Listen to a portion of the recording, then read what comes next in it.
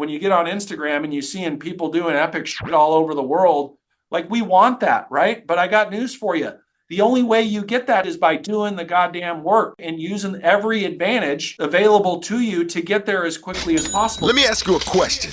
Did you come here to listen to money or make it? This is L.A. Williams, the blind master. And Sean V. Bradley and I came here for one reason and one reason only. And that's to fill your pockets with money. Now how we gonna do it? By giving you the secrets, techniques, and strategies for you to stop losing and start winning at this game called automotive professional sales. Hey everybody, this is Sean V. Bradley, president of Dealer Synergy and the creator of the Millionaire Car Salesman community, Facebook group, podcast, #1 in the industry, ringing bells. And we've got a special guest today. So my man, Dennis Gingrich, who is the sales and finance director at the Niello Group. So Dennis, welcome to the show, brother. How you doing? Doing great, Sean. Really appreciate being here. Thank you so much. Looking forward to spending some time with you this morning. Well, I appreciate that, my friend. I know that you're busy making things happen, but I want to get right into it. So one of the things I like to do on the show is profile high-level car people. So from my understanding, you guys are a 9 rooftop, about to be a 10 rooftop dealer group, but it is mostly all Highline. Is that correct? Yeah, that's correct. I would say the only thing that maybe doesn't fit that mold is our Volkswagen store that we've had since the 50s. So, okay. Yeah. But can you kind of share the lineup of franchises that you guys represent? Yeah, like you mentioned, we're predominantly in the European Highline mix. We have a Porsche store. The new one we got coming online is also going to be a new Porsche point. We're really excited about that. We got a couple Jaguar, Land Rover stores. We represent BMW, Audi, Volvo, Acura, of course, Mini. We've got that in our lineup. But we've been in business since 1921. The owner started, in the San Francisco area, migrated up here to Sacramento, and here we are, almost 103 years later, still making it happen. Well, first of all, congratulations to your organization's profound success. Can you share with us your responsibilities as the sales and finance director? I'm assuming that you run sales and finance for the entire group, correct? Yeah, that's correct. I started out, celebrating my 4th year here in February. But I started out as a finance director, really charged with not so much getting deals bought and that sort of thing, but more to drive our overall PVR and profitability in that department, making sure we're getting the money in the bank. And, that started out well, and I didn't screw it up. And they gave me an opportunity to have some oversight in our sales department, which has been a lot of fun, working with our sales teams, because the sale doesn't happen, finance doesn't happen. And that has also led to a little bit more engagement, just in our overall approach to marketing and so forth. So I've been given a lot of rope, plenty to hang myself with, which I'm grateful with, but I'm still here having a good time. Well, listen, if you're running 10 stores, sales and F&I division, you have to have some skills, and especially we're talking about Porsche, these Highline European vehicles, you have to have a strong background. Can you share with us like your career? I know that you've only been at this organization for about 4 years, but in this position, how did you get to that position? Because that's a coveted position, to be an executive at a very high-end dealer group. How does one get to that level? Well, like probably all your listeners and yourself, you got to start at the bottom, right? My family is an automotive family. My dad started selling cars in the 70s in the San Gabriel Valley, Southern California, for Bob Wondry's Ford. And then he migrated up to a little town, Gardnerville, Nevada. Not much going on in Gardnerville, but he worked in Reno. And then, going through high school, doing the thing, I wanted to be able to have some fun when I moved out. And my dad said, "Hey, man, you can have whatever you want. You just got to work really hard to get it." So I went to the University of Nevada, Reno, and was selling cars while going to school. I didn't attend a football game, a basketball game. I was on the point, dialing for dollars, doing all those things with my notebook, making a living, early. And then, I had a niche in F&I early in my career. I got put in the box at, 19, 20. I had my first kid at that age. He's now 24. And, things got real. I got less serious about school, more serious about this great industry, and, really cut my teeth in the finance office. And then '08, I moved over here to California to chase my superhero wife, Jessica.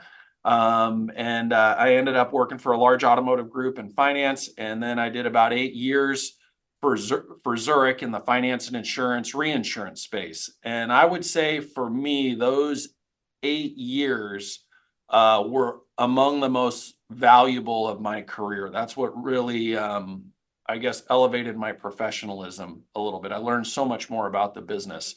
And then through there, I just created a lot of relationships with various dealer clients. Matter of fact, the Niello company where I work today, they were my largest client. So I always joke I had about an 8-year probationary period at the Niello company before I finally got put on the payroll. And, I've been entrusted to do a lot here. And I think, if I were going to contribute, kind of my career ascent to anything, I would say it was truly relationship building. And I think anybody that can build good quality relationships and communicate at a high level and make good on their promises, you get wherever you want in life. It's pretty simple the way as I see it. Well, first of all, I am extremely intrigued now, even more than I was before the conversation. Here's why. I always say as a trainer, most people don't think about the car industry. Most people wind up here by circumstance or situation, so to speak. So I want to be clear. Did you have intent to make this a career when you went to college, or you thought that when you first started selling cars to get through college, it was just a pit stop? When did it become like, hey, this is what I really want to do with my career? The industry itself, automotive.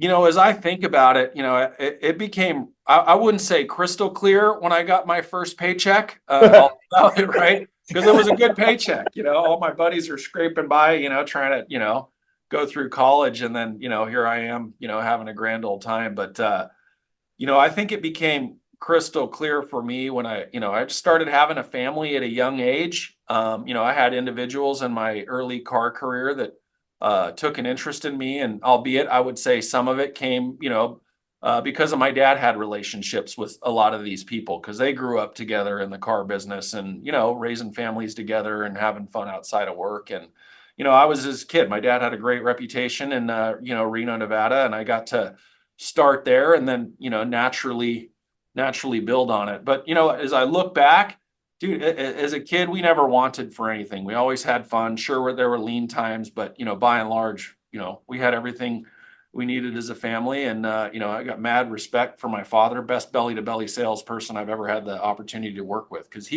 I worked for him and then I was his boss at one point. So it was fun. How did that work out? It worked out good, man. I mean, he's he's a professional. He's just, he loves people. People love him. He's retired now. It's funny. He's actually working at he's out of the car business now. He did a short stint in RV, but he has a part-time job at Big Five Sporting Goods. And we went to dinner where I grew up and we're sitting there having dinner and this guy walks into the restaurant. He's like, oh, my dad's Dennis. Like, hey, Dennis, that's the guy that sold me my shoes. He's great. He's just a people person. And I really learned that from him because, our owner here, Rick Niello, he always says, we're not in the car business. We are in the people business. And the sooner people wrap their head around that, that's where I think the acceleration happens in career. And, obviously dollars follow that. I would again concur. First of all, shout out to Dennis, the dad.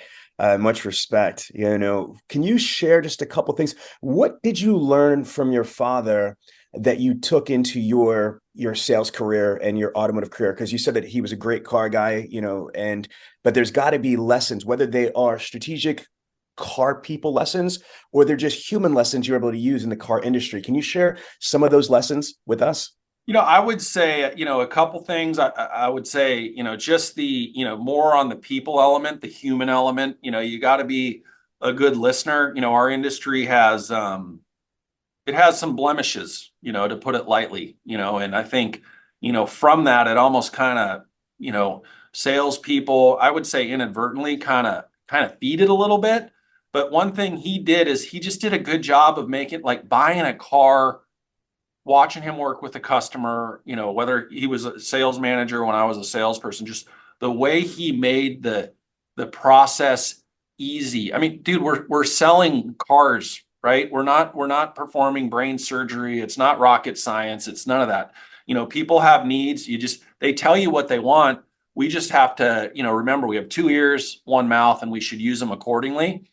And just making a friend and building that relationship. That's the biggest thing I learned from him. And then the guy had a work ethic like none other. He showed up to work.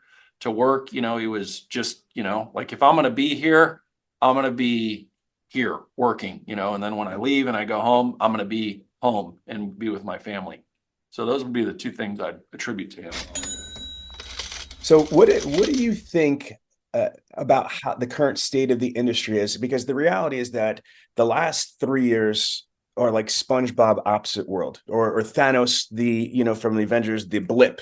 I mean, the world, it just 3 years ago took a blip, and it still hasn't corrected itself, but the market is definitely changing. But my direct question is, how crazy is it for you at your level, as an executive level that's been in the industry your whole life, directly or indirectly because of your father, the current state of the automotive industry? Can you give us your opinion? Where do we stand right now with customers' expectations, with gross profit potential, inventory? Where do you think that we're at as an industry? I would chalk up, the last 3 years, we'll call, the pandemic, right? I would say that was, dollars and cents aside, we all did very well in that time, right? And we're all thankful for what happened there. But I would say from a professional development standpoint, that was absolutely the worst thing that could have happened to our industry. Customer service, I think took a dip. It was really simple, hey, do you have the car? Okay, cool. I'll be there in 7 minutes, right? But now we're going back to, just fundamentals, right? Building relationships, competing with your competitor on more than just having the car. And customers, I think, are a little bit, and I think rightfully so, they want a little bit of revenge, man. We got a lot of markup, right? They were on the wrong side of a little things, and they're not going to forget that. And I think if you got brought up during that pandemic period, I mean, you learned all the bad habits, right? It wasn't salesmanship. It was very transactional, right? Now we're going back to where it needs to be experiential. The customers expect it, they demand it, and they all want it with transparency. And we're going to have a tough time with used cars. I mean, I don't know the exact number, but we were selling 16, 17 million new cars for a long time. And then we have this massive blip where there's no production, there's no sales. And now it's tough to acquire cars, which is, it's going to be tough. Dealers have to really, muscle up on, their acquisition efforts, staying close with their customer base and really retaining their customers, just so we can be successful and, come out of this, the good old days, which would be the pandemic, I would say, from a profit standpoint, and just get really back to basics and fundamentals. And, the things in my day, I was taught that you had to do, right? I hate using that when I was there, but it's the truth. Dennis, you're speaking facts. You're lighting up the audience right now with the knowledge nuggets, man. I've been saying this, the same thing, is that for the last 3 years, we took a dumb pill, where we didn't have to compete. We didn't have to build value. We were a little bit arrogant, a little bit lazy. And if you think about it, this is kind of scary. 3 years, that's like 75% of your high school career. 3 years, like 75% of your collegiate career. And for the last 3 years, if you haven't sold cars 4 or 5 years ago, then you don't know what it's like to have to compete. You don't have, what it's like to have, somebody you've been working for like days or weeks or months, and then they just go to your competitor because, they cut the deal by $500 or something like that. It's insane. So if you have been spending the last 3 years in the automotive industry, you haven't been training as hard as you should or could for the most part. You haven't been. So what's going to happen is a big reality check's going to happen very soon. And a lot of dealers are going to be caught off guard because the majority of their team is not prepared for how to do business in the current reality. Do you know that dealers are still suffering from inventory, from lack of inventory? I mean, again, the manufacturers are still not where they used to be with their new car inventory, which is putting a heavy strain on used car inventory. And so I'm telling you, dealers need to look at VinQ. VinQ by far is the absolute best software and technology provider when it comes to acquisition, trade-in, used car inventory, used car pricing. We call it the V-Auto killer. So folks, if you are looking to have the absolute best inventory software specifically for acquisition purposes, for pricing purposes, for so much more, just check out VinQ. As a matter of fact, VinQ is going to be a featured speaker and their sponsor for the upcoming Internet Sales 20 Group 15 in beautiful Baltimore, April 15th to the 17th. So talk to me, how are you preparing your organization? You have a massive organization, Highline. How do you combat that? What's plaguing the rest of the industry, which is mediocrity, compliancy? How does your stores, plural, handle that? I think, it starts with having a standard, right? If you're going to be part of the Niello company, and I would say this, I think of the Niello company is like, sorry about that, going to the club, right? And we're in the VIP section. Oof. We got a red rope around the Niello company, here in Sacramento. We have a good reputation, not only with our clients, but with people in the automotive industry. We are a destination employer, right? People want to work here. And to be here, for us to open the red rope and let you enjoy the bottle service and all the great stuff we got going on at the Niello company, we have standards, right? When you show up, the guys are expected to work. They're expected to roll out the red carpet for every customer. People don't need our cars. Nobody needs a BMW. Nobody needs a Porsche, right? Nobody needs these things. These are wants, and these people that want these cars, they're successful individuals, right? They run companies, they're attorneys, they're doctors, they're entrepreneurs, and they're used to and demand a high level of service. And the expectation here is, you have to deliver that to these customers. They deserve it. They spend a lot of money. Being in the Highline business is a lucrative segment of the automotive industry, and it's a blessing to be here. So we start with that in mind, and really inspecting what we expect, right? Our managers, we really lean on them to be looking into our CRM and making sure the customers are getting the level of communication that I expect, right? Because if you can't communicate, you're not going to be successful. It doesn't matter the industry, right? And I think our focus has been, making sure we're communicating, we're following up with our customers' inquiries, working the leads, answering the phone. Our inbound phone calls have spiked tremendously. People still want to talk on the phone, and really just focusing on communication as I think is where it is. Because we've all called whatever the company is, and you get somebody on the phone and you're like, God, that was a bear, right? We don't want that for our customer. It needs to be easy. We need to give them what they want, when they want it, how they want it. And, that's been the focus. And, we use our CRM and all the tools available to make sure, track the quantitative piece of it. And then it's up to the managers to coach and support the qualitative piece, right? The quality of the communication. And that's really been our focus, and will be, moving for always. It just needs to be that way. Well, let's start there. I'm really impressed that you said CRM, because I believe that the CRM is the central nervous system of a dealership organization. If you don't mind me asking, what CRM does the Niello Group utilize? We're all 100% Vin Solutions. Okay, so you're Vin Solutions dealer group. How long have you been with Vin Solutions for? They have been in for about 6 years.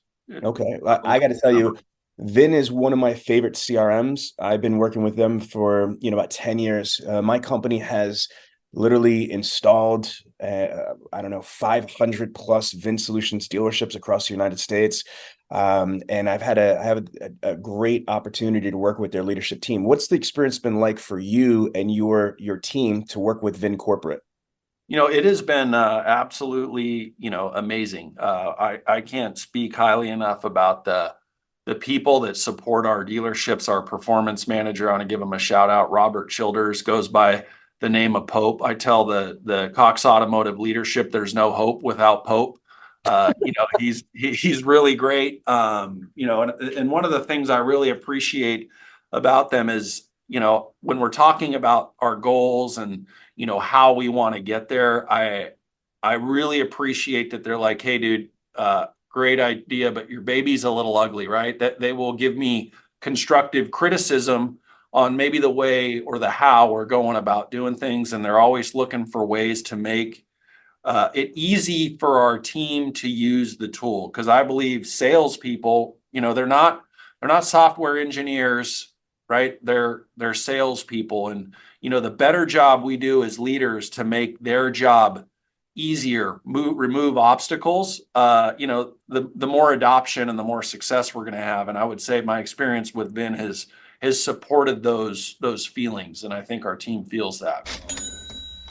Again, success leaves clues. So for our audience that's listening, you're hearing a sales and finance director of a 10 rooftop Highline organization based in the number one competitive market in the United States, in California. And he's telling you one of his secrets is not only CRM, but which particular CRM he's utilizing. So let's get into this. What's the CRM culture? Because here's what I find, because I work with a lot of CRM companies. I work with a lot of VIN stores. And just like you mentioned, one of your franchises is VW, right? Why are certain VW dealers way more successful than other VW dealers? They both sell the same Jettas and the same, Passats or whatever it is. It has to do with the people and processes. So my question is, what is your overall CRM culture for the organization? Do they love CRM? Do they hate it? Do they dread it? Or do they respect it and utilize it? Or, what would you say? I would say as a group, I'm not going to stand here in front of your audience and say like, hey, everybody loves using the CRM. That would be a bold-faced lie. But I would say the majority of our salespeople, 70-80% of them, are genuinely enthusiastic about using the CRM, right? It's a tool to help them. My CRM days when I first got into the business it was a pad of paper, right? Highlighters and following up. And as I look at this, I'm just going like, dude, this thing, if you pay attention to it, right? The word task is a 4-letter word. I think they need to find a new word for task, but it's really to put you on the path to make sure you're in front of the customer when you need to be in front of them, right? It's helping you. And I think, human beings, we don't like, generally speaking, being told what to do. But it's like, dude, let go and trust the process. But I think you brought up a point. Why is one VW store in a market way more successful than another? And I do believe it comes down to the people, like you said, the processes and the culture, and that's really adopting your CRM and VIN solutions. They really help us do that and make it easy for our salespeople to do so, assuming they have the mental capacity, like, okay, I'm going to trust and follow suit. Well, let's break this down, okay? Because I love talking CRM, and like you, my brother, I've been doing this for 25 years. So when I got into this, we only had the elongated desk logs with black Sharpies, red Sharpies, and yellow highlighters. That was our CRM. And we had a Stuckler tickler file system, which is like an index box holder, and we had to rotate the follow-up. Your point you just made, I want to reiterate it for our audience and emphasize it.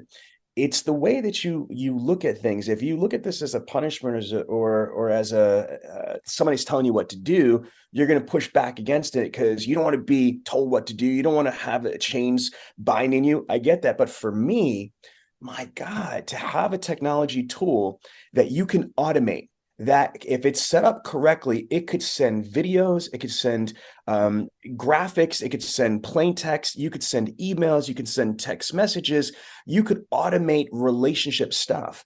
I don't understand why any salesperson or BDC rep would not want a team of personal assistants. So to me, one version or one variation of a CRM, if it's utilized correctly, it's like having a team of personal assistants. Would you agree with that analogy? Yeah, absolutely, I would. And I think, technology has evolved so much, specifically over the last 10 to 20 years. And, we're all adopting it in some way, shape, or form. And, I just think, embracing it, is going to be important. as it continues to evolve. But I think, those that are, not looking at it as an assistant, I really put that at the feet of the leadership in stores, the managers, right? Because some of it is, a CRM, setting it up properly, and I'm speaking to the choir with you, it's a highly technical skill, right? It has to be well thought out. You gotta go through the whole process, if this, then that, and then there's always unintended consequences. And it's a heavy lift to maximize it. But, once that's done and you leverage, the various support like yourself out there to get that done, then it is incumbent upon the leadership of the store, the general managers, sales managers, and then even some salespeople that are loud voices in your organization that, really sell it to the rest of the team that this is here to help you. It's not, it's not Big Brother. We're not using it as a way to find something, five-car Freddy did wrong, right? We're using it as a way to help you and coach you get better as a professional so you can sell more cars and ultimately make more money for you and your family. Look, we all spend a lot of time at our dealerships, right? And we should be in a position where we're maximizing every opportunity that we're given, because they are finite. We only have so much, and we only have so much time in the day, right? But if we do that at a high level, we're going to be rewarded with a paycheck. And I'm not here to say money is everything, right? It means a lot, but when we want to do cool shit, when you get on Instagram and you seeing people doing epic shit all over the world, like, we want that, right? But I got news for you. The only way you get that shit is by doing the goddamn work, right? And using every advantage available to you to get there as quickly as possible. Because one day, every single one of us is going to be like, dude, I'm sick of this shit. I just want to chill on my front porch and enjoy retirement. And, put yourself in a position to get there as soon as possible, right? So you have the option to do it. Don't be this guy that's dying at the gate, right? And the only way you don't die at the gate is to love on your CRM, love on your customer base, and do the work where you're at the dealership. Now, I cannot wait to ask the next question for you right here. I believe, and I want your opinion on this, most people look at the CRM the incorrect way. Now, before I tell you what that way is, I want to preface Franklin Covey, their book, The 7 Habits of Highly Effective People. Mm-hmm. Dr. Covey wrote a masterpiece for the 7 Habits of Highly Effective People. And he said something really profound. They have a model called See, Do, Get. Have you ever heard of this? Yes. Okay, perfect. So for our audience, what Covey says is that human beings are very simple. And this is on everything that you can imagine. This is going to work. It makes sense. See, do, get. The way that they perceive something, their paradigm on a situation is going to directly influence what they do, their behaviors, their actions. And those behaviors or actions are going to have a direct correlation to their results, what they get. So I'll give you an example. Let's use a lead source provider. This is not a true or false statement. This is just an example statement. I think true car leads suck. If I believe that, then that's what I see. What I'm going to do is I'm not going to really work those leads hard. I'm not going to put a lot of effort in it. I'm not going to damn sure I could come in early or stay late. And what's my result? I'm going to have a low closing ratio. And you know what? I was right. Those leads do suck. It was a self-fulfilling prophecy. But if I had a different paradigm, oh my God, TrueCar is a publicly traded company. They have all of these relationships with the military, with Walmart, boom, boom, boom. There's 10,000 dealers on them. This is the greatest thing since sliced bread. If I believe that, what am I going to do? I'm going to work these leads harder. I'm going to take them more serious. I'm going to come in later, come in earlier, stay later. And what's my result going to be? I'm going to have a higher closing ratio. And by damn it, I was right. So perception is reality. So with that statement that I just kind of framed this, I believe that most people don't understand that CRM stands for. This 3-letter acronym stands for Customer Relationship Management. And I believe CRM is one of the absolute most critical resources in a dealership. If you think about it, the CRM truly is going to either maximize or minimize each and every single employee, team member at the dealership. If the CRM action plans aren't professional, they aren't up to date of this century, they're not going to give your people the right tasks and activities to do throughout the day. It's not going to allow you to follow up with the different types of prospects and leads with the proper gestation periods, etc. If you've got antiquated verbiage, antiquated templates, if they are incorrect or not mapped out correctly, it's going to severely compromise your success. As a matter of fact, over 92% of all CRMs are broken, not set up correctly, not utilized correctly. Let me tell you this right now, Vin Solutions is one of the absolute best CRM companies in the automotive industry. If you need any help with CRM or anything related to CRM, you need to check out Vin Solutions. As a matter of fact, Vin Solutions is going to be at the upcoming IS20G15 3-day automotive sales conference, April 15th to the 17th in Baltimore. So check out Vin Solutions in Baltimore. All customers need to be, managed correctly, but for Highline, I worked for Porsche, Jaguar, Aston Martin. I worked for Ray Catena, Porsche, Jaguar, Aston Martin in New Jersey. And I have firsthand experience that I can relate to your clients, and then on the flip side, I am a Highline client. I buy mostly exotic or Highline cars now in the place in life that I'm in. And I got to tell you from both perspectives, the relationship is key. You said something massively important before. We don't have to buy 100, 140, 50,000 or more vehicle. We choose to buy the Mercedes or the Porsche or this or that. So if we want to earn somebody's business, we need to hit them respectfully on the relationship level. So my question to you is this. Do you agree with what I just said, that most people don't have the proper paradigm and clarity for what a CRM really is potential-wise? Oh, 100%. I think they look at it as, big brother. I think that the ones that aren't successful think it is a big brother. So they're watching me, and it's an I gotcha tool for management to give you a hard time. So if what you said is correct, which I would believe, I concur with what you said, it's a relationship thing, right? The car sale, especially a Highline car sale. So if I am an employee, if I'm a salesperson or BDC rep at a Highline store like your group, I would want to be qualifying my prospect in everything. Stealth qualifying means non-directly. Like if they have an email address that says bigeagleFan37@gmail.com, they might be a Philadelphia Eagles fan. You know what I mean? I'm out of Philadelphia. Or if they come into the dealership and I see them with certain type of hat that says this or clothing that says that, or if they say proud to be, an Army veteran or whatever it is, I want to gather not just direct field intelligence, but situational field intelligence. But if I am qualifying the prospect or the client and I identify everything from birthdays, anniversaries, kids, spouses, I want to put that into the CRM.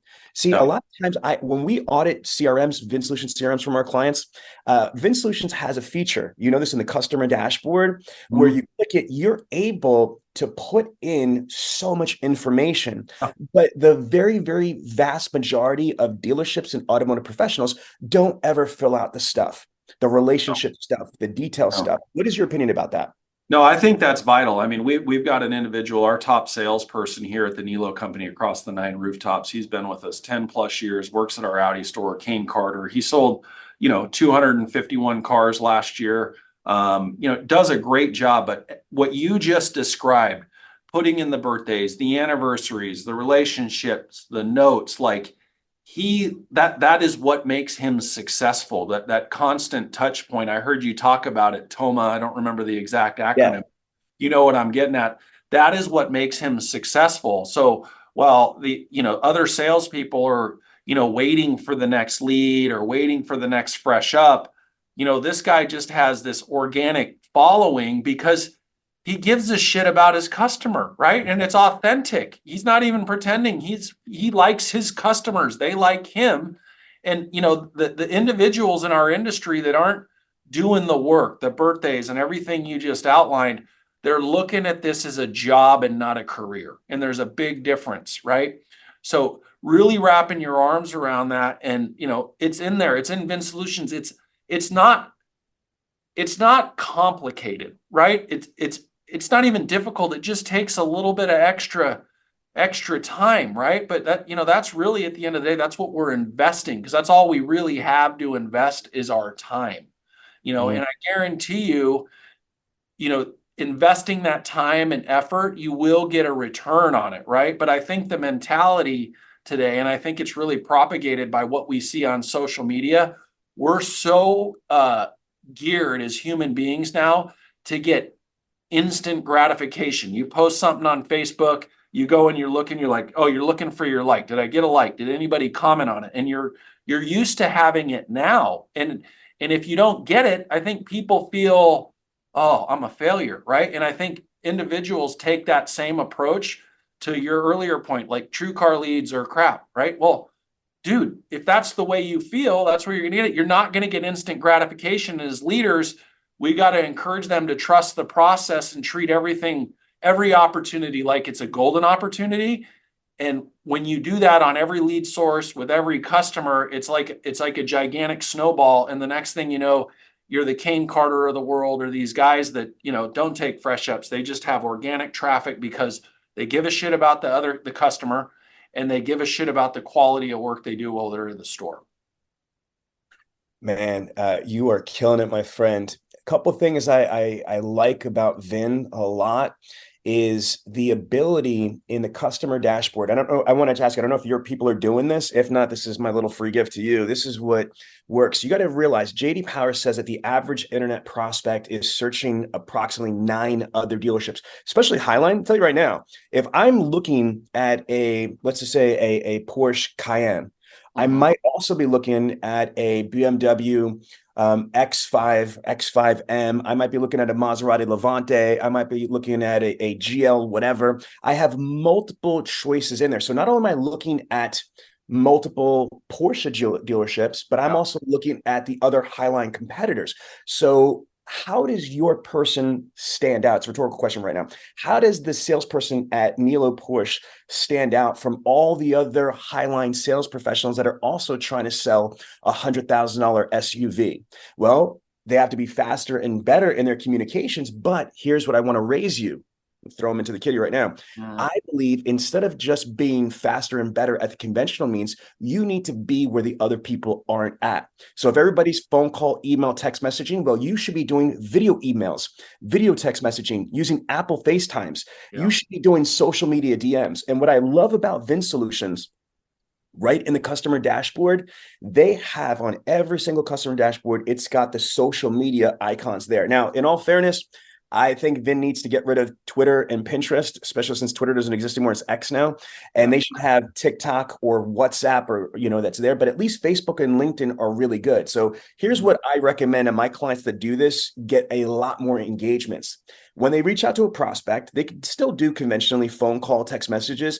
But if they don't get responded to or responded fast enough, all they've got to do is go to their Vin dashboard and just click right there, the Facebook profile or the LinkedIn profile.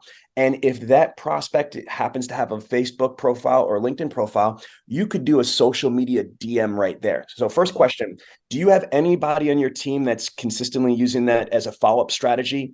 No, I would say that is definitely an untapped opportunity. So then good. I want to give you some free coaching here. So think about this, though. Think about that for a second.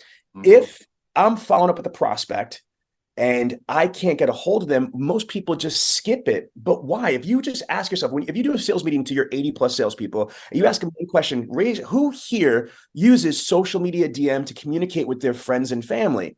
Personally, not for business. Watch the hands go up. So the next question is, okay, if most of you or all of you are using social media DMs in your personal life, don't you think that your prospects and your clients do the same thing? So why are we not using a free resource to engage with people, and it is provided right there in your CRM? No, I think you raise a very good point. And speaking from my own personal experience, naturally, we have a lot of people that would like to do business with the Niello company, right? You probably have the same thing going on like every other dealer. There's a sea of vendors out there, right? And oftentimes the ones that have the most success getting a reply from me, they're killing me on LinkedIn, dude. Like, and I've been on there. It's there, and because it is a professional business networking site, which is cool. I'm not so active on Facebook and some of the other ones, but you're absolutely right. I'm there. I'll respond there, and I think that is definitely something that we should do a better job leveraging here at the Niello company. And so for our audience, if you don't have a sophisticated CRM like Vince Solutions that has social media integration in there, let me explain to you how this works. It's not complicated. All Vince Solutions does is they basically take the email address that's tied to the purchase request and they just, connect it to the Facebook or to the LinkedIn. So now Vince Solution itself, even though it's awesome, doesn't have integration for Instagram, WhatsApp, or for TikTok.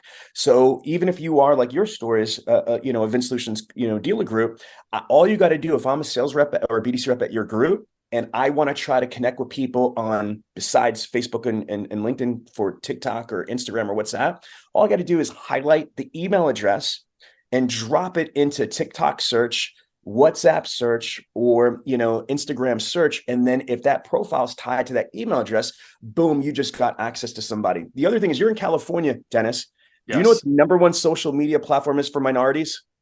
Ooh, I couldn't tell you. I'm gonna guess TikTok. Nope. Nope. WhatsApp. No doubt. Okay. Because they're free long distance. Yeah. And here's the thing that's funny. Meta Corporate is brilliant. They own Facebook for us old people. Yeah. They own Instagram for them young people, and they own WhatsApp for the minorities. I mean, they got the trifecta of demographics there. So that's just a pro tip that I want to kind of share with you guys and for our audience is that social media communication. I'm not referring to social media posting. I'm not talking about lead gen. I'm talking about lead and prospect response. Mm-hmm. You like that? No, I love that, man. That's an absolute great, a great nugget, and I do know too, there's all these tools in the CRM that you're mentioning, and the social media is key because we're all on it every day. Everybody's on it, even when they probably shouldn't be, right? But I think leveraging that and making that part of your process is definitely going to lead success. And I think too, as we go into 2024, really adopting your CRM, wholeheartedly, it's not going to be an option anymore. We got the Federal Trade Commission coming out with the cars rule, and that's combating automotive retail scams. It's going to drop July 30th unless it doesn't. Highly unlikely that it won't. And as dealers and really talking to the salespeople right now and leaderships, like we are not going to have a choice other than keeping our communication in the CRM. Because if you don't have it, when this FTC thing comes into play, your dealer's not going to be very happy if they're on the wrong side of it. So we got, what is that, 5 months to really prepare and get really good at maximizing using our CRM. 100%. So Dennis, let's talk about AI. Because you mentioned you listened to one of our previous podcasts with a different CRM, and I want to kind of just share this is that Chat GPT and AI in general has been so, running rampant in our industry. Working in a Highline dealer group, are you guys maximizing artificial intelligence or Chat GPT right now? We have we're using it a little bit. Some of the AI tools, we have a couple different vendors. That's probably one area that we don't have a standardized approach across the rooftop. And as I see it, I love the idea of AI. You talked about it on one of your podcasts the other day, and I was listening, like properly implementing that and having it do some of the we'll call them mundane tasks. Not that they're not important, and I don't want to say that, but really engage in a fashion that keeps your salespeople doing those real important things, making phone calls, communicating with customers, being on the lot. And I think that is going to be huge in our industry, and I think we need to do a good job really embracing that technology. And I think the biggest challenge with that will be is some of the sales professionals that have been around a long time is trusting the tool and working with it, right? It becomes incumbent on reading the lead and all the work your AI partner did. And then, that way, when you are in a real human to human session communicating, you got to pay attention to all the work the AI did. It's like calling into, insert whatever company. They're like, please input your date of birth and your account number. And then finally you get somebody on the phone. They're like, can I get your date of birth and account number? Like, dude, I was running around my house looking all over for that shit just to put it into the phone. And now I'm doing it again, right? And I just think that's the struggle, working with it and reading it. Listen, brother, it was an honor talking to you. I hope to have you at our upcoming IS20G in April. I don't know what your schedule's like. Again, just an invitation for you sharing all this information and your expertise here with our audience. It's on me, fully comped. Are you familiar with the IS20G conference?